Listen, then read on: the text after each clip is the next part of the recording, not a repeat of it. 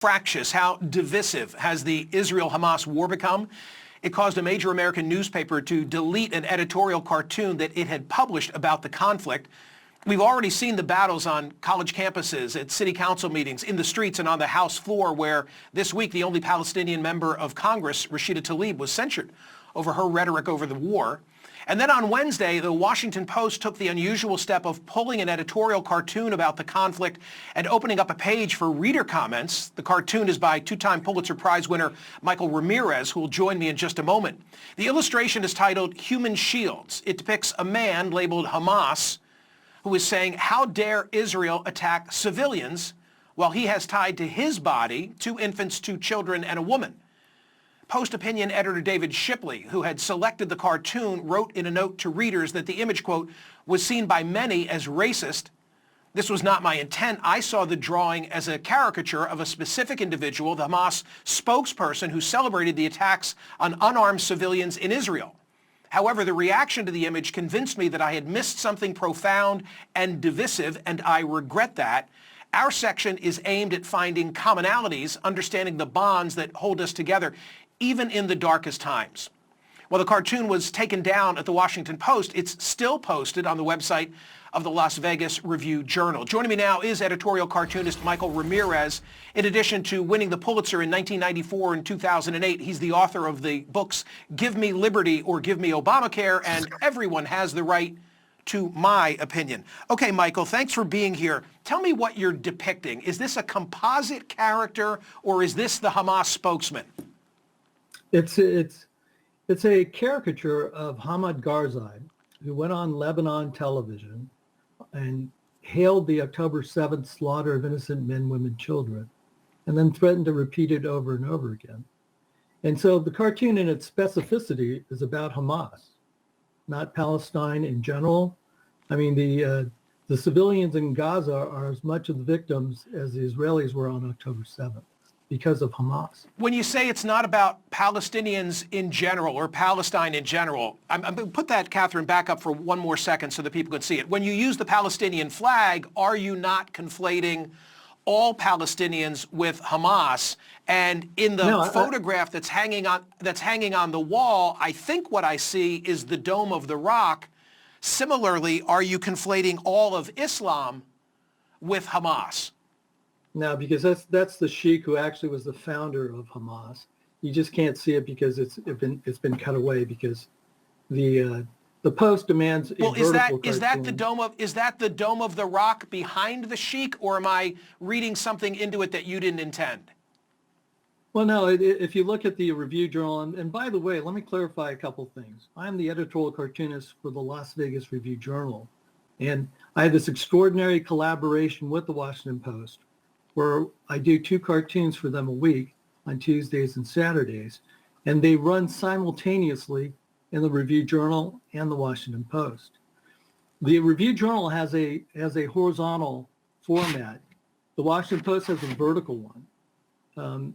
Unfortunately, that was edited out, but these obscure images in the background only lend to the point of the cartoon and are not the point of the cartoon. The point of the cartoon is, in its specificity, is on Hamad Karzai, and that interview that came out on television here nationally at the same time that this cartoon was conceived, and it's directed specifically at that individual. And if you look, I sent you a bunch of caricatures. It's a pretty spot-on caricature of Hamad Karzai. I'm going to actually, what I want to put on the screen is to show, because much has been said about your style of drawing, in this case, facial characteristics. And I found this interesting. Here's a composite of your work. Well, okay, that's the spokesperson to whom you were referring. Catherine, I want to put on the screen, there we go. So I don't know if you can see this, Michael, but I'm showing lots of your work. I'm showing John Fetterman, I'm showing Barney Frank, I'm showing Donald Trump, I'm showing Elizabeth Warren, because it seems like you draw a lot of faces in the same characteristic, in the same manner.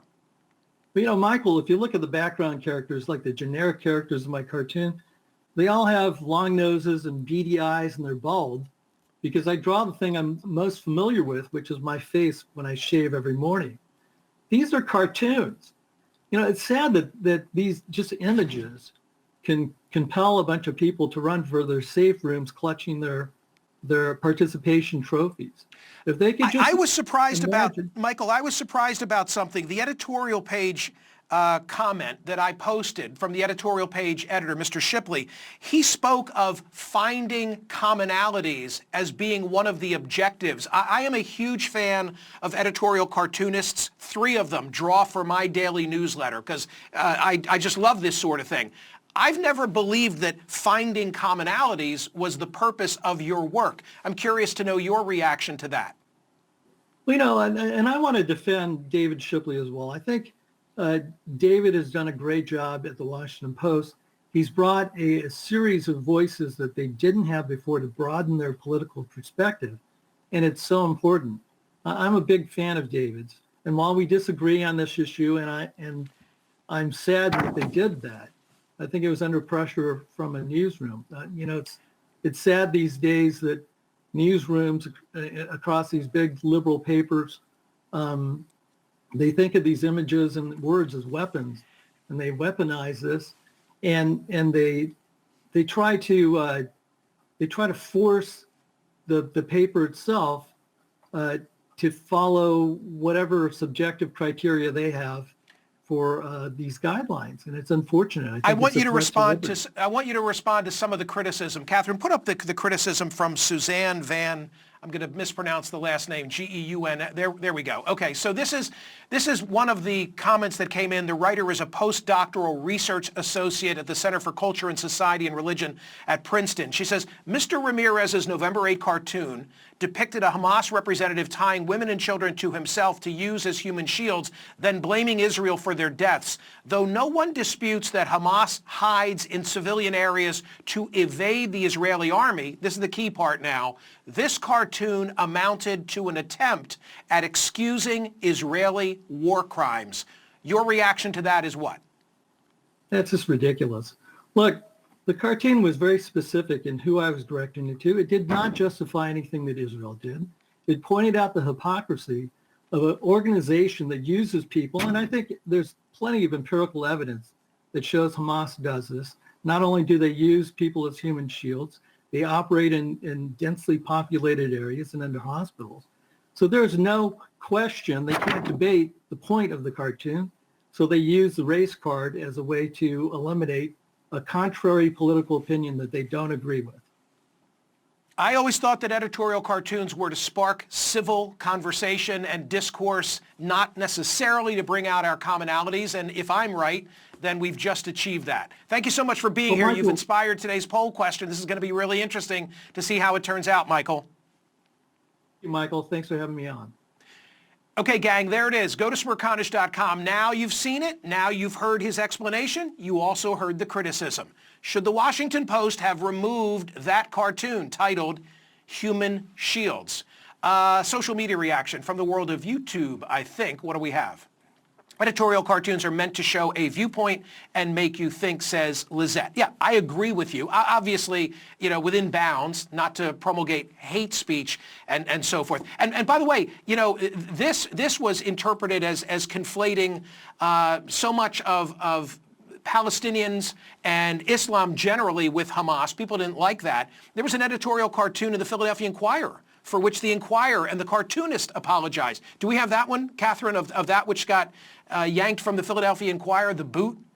Yeah, hang on for 1 second. We'll show it to you. Here it comes. Yeah, look at this. I mean, is that appropriate? Is that within bounds? The Cartoonist and the newspaper apologized in that case. .com daily newsletter. I've got my own stable of editorial cartoonists, including 2-time Pulitzer Prize winner Steve Breen, who drew that for us this week.